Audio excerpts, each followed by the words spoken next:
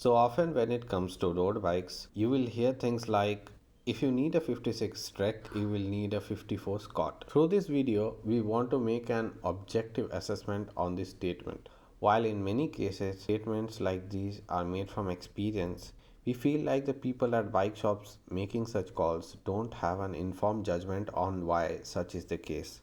Many of them don't know how to see a geometry chart and figure out how big or small a bike is. In this video, you will learn how. This video assumes you are using the same stem lengths, angles and handlebar reaches when moving from bike to bike. For this, we need two basic metrics which determine to a very large extent one's fit on the bike: the stack and the effective top tube length. First, you will have to understand that the numbers 50, 52, 54, 56 are just symbols of sizing and don't necessarily mean anything remotely similar when moving from brand to brand.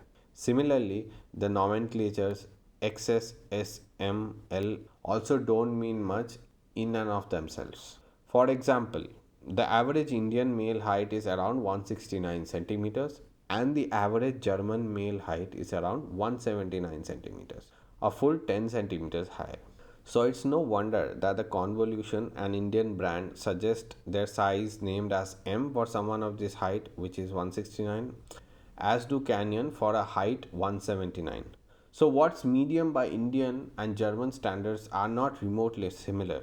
This is to say that an M convolution is quite smaller than an M canyon, and I'm here to get you out of this conundrum. The most important measurement into how big or small the frame of a bike is the effective top tube length. It is the horizontal distance from the center of the head tube to where that line meets the seat tube. Now, most manufacturers do in their geometry chart mention effective top tube lengths of different size bikes. The stack is the vertical distance from the center of the bottom bracket to the top of the head tube. The stack gives us an idea of how aggressive or relaxed the front end of a bike is. Now to answer the question, does someone who rightly rides a 56 Trek Domane need a 54 Scott Addict? Mind you, both are endurance bikes, so it's a like for like comparison, although it is true that the Addict is slightly more aggressive than the Domane. Now assume hypothetically someone is 5'11 and rides a 56 Trek Domane. To determine what size Addict they should buy, we need to go to Trek's geometry chart and see the effective top tube length of the Trek Domane, which happens to be 554 millimeter.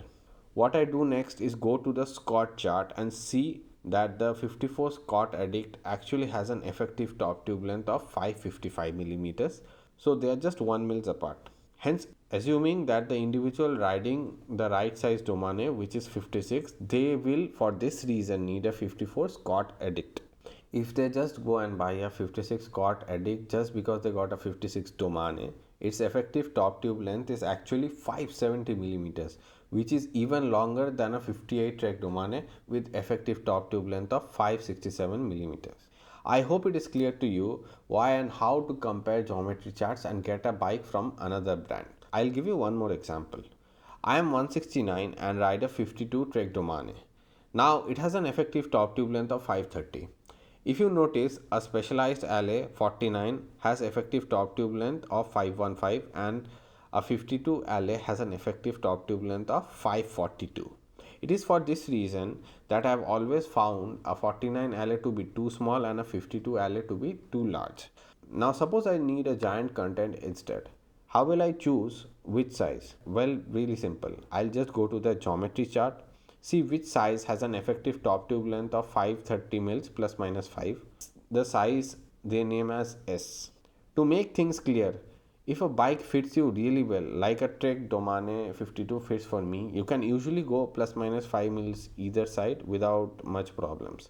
However, if it's more than that, you should be skeptical, and if the change is more than 10 mils either side, like it is with the alley, you can consider outright avoiding.